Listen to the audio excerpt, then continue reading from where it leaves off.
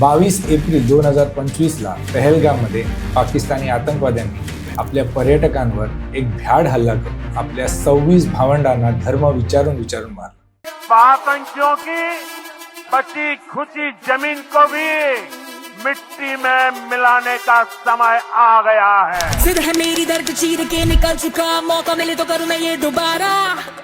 जुनून के आग में बढ़ती मेरी कोशिशों को। पण ह्याच्यानंतर भारताने दाखवून दिलं की आता आम्ही गप्प बसणार नाही। ऍक्च्युली हा कुठलाही रिव्हेंज नव्हता ऑपरेशन सिंधू, तर हा एक जस्टिस होता। जनरल मुनीर यांचं प्रमोशन करून ते फील्ड मार्शल झालेले आहेत। फील्ड मार्शल कधीही रिटायर होत नसतो।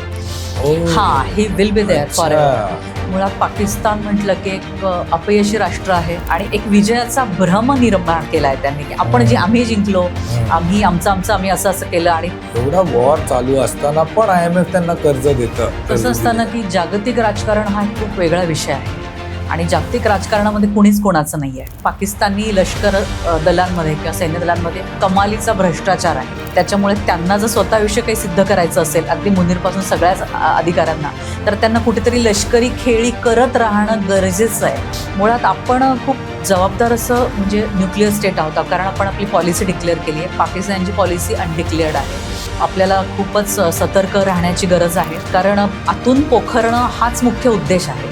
कारण सीमेवरती आपण कधीही जिंकू शकत नाही हे पाकिस्तानला माहिती आहे। इंटेलिजन्स ब्युरो आणि रॉचं ह्या सगळ्या हल्ल्यांच्या दरम्यान किंवा ऑपरेशन्समध्ये काय सहभाग असतो?